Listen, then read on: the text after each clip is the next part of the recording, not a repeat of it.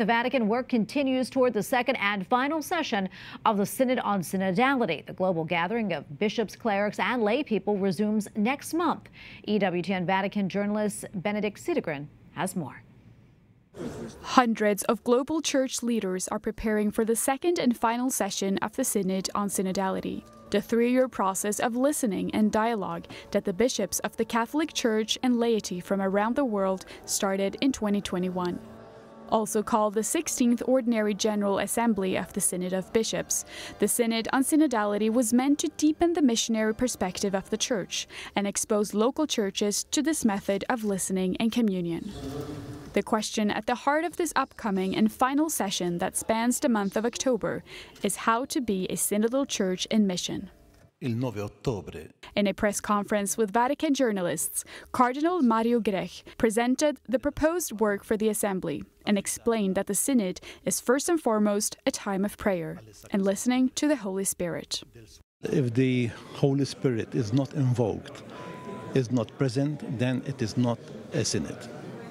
You can call it a convention, an assembly, but not a church gathered to discern.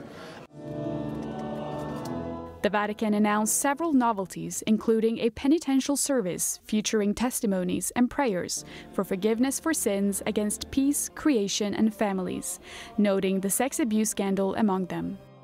There will also be a prayer vigil in thanksgiving for the ecumenical fruits of the Second Vatican Council, with delegates from different Christian churches and communities in the Piazza of the Proto-Martyrs, where, according to immemorial tradition, the Apostle Peter was martyred. I think ecumenism has done great steps forward by, I think of Cardinal Koch, all the wonderful documents that were done, and perhaps we can pass to another kind of ecumenical dialogue. How can we act together in the world for more peace, for more justice? Because it's our common mission. In a first for synods in Rome, a quarter of the participants will not be bishops and will include non-Catholic fraternal delegates, lay people, religious and priests. While the guiding document for the second session of the Synod focuses on themes such as lay participation and the role of women in the Church, the real theme of the Synod is the Church itself.